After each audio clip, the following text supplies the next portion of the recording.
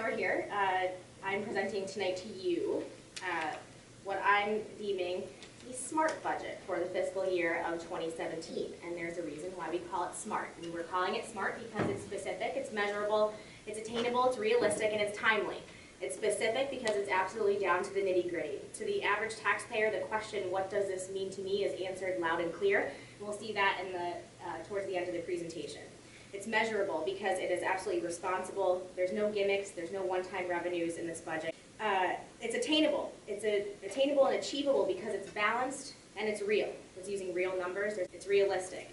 It bases all projections on the financial and fiscal realities that we are currently facing, including for the first time what we've ever done is projections for the out years, so projections for years 2 and 3. It's timely, and given the situation at the state, which is absolutely the unknown, which we are very familiar with right now, it is imperative that we take action now to prepare ourselves for tomorrow. So I want to take a moment to take a quick travel back in time to 2013, 2014, because you have to know where you came from to know where you're going, right? There were some serious cuts in that budget in 2013, 2014 to the tune of $16 million. We also sat here until 2 o'clock in the morning. Some of you remember that night very well. Rescinding debt and rescinding projects and canceling projects because we knew we couldn't afford it. Rescinding our debt by almost $20 million. But since that budget that we put forward in 2014, we've also grown our rainy day fund to almost $15 million in 2 years. We also saw 2 years worth of union negotiations, which yielded also unanticipated savings as well, because we knew that everyone had to be a part of the solution. Everyone had to be at that table in terms of making sacrifice all around to make our budgets work. 2015, let's talk about the fiscal year of 2015. We increased our grand list by adding an estimated $1 million in new tax revenue. That's great news. You know, we spurred economic growth with new businesses and created over 683 new jobs. We're investing in a livable, walkable downtown. Because we took action like that, we've seen positive results. We're looking to finish this fiscal year in the black.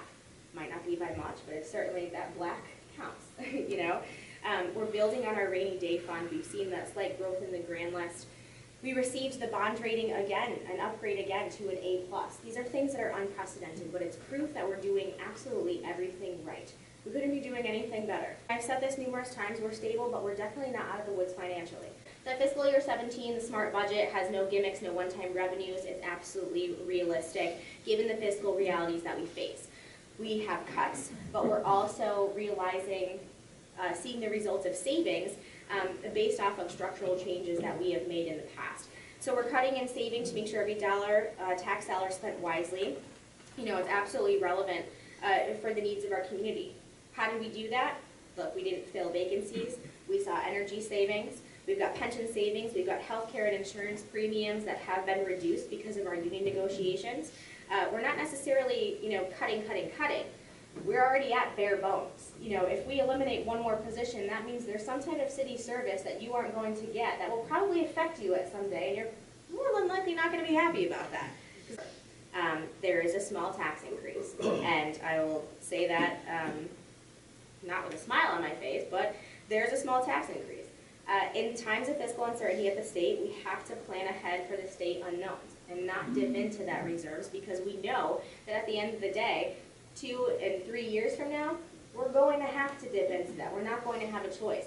And this is the best budget that I could put forward, realizing, you know, the new financial realities that the state is dealing with. So I absolutely look forward to the conversations that we're going to have in the next few months.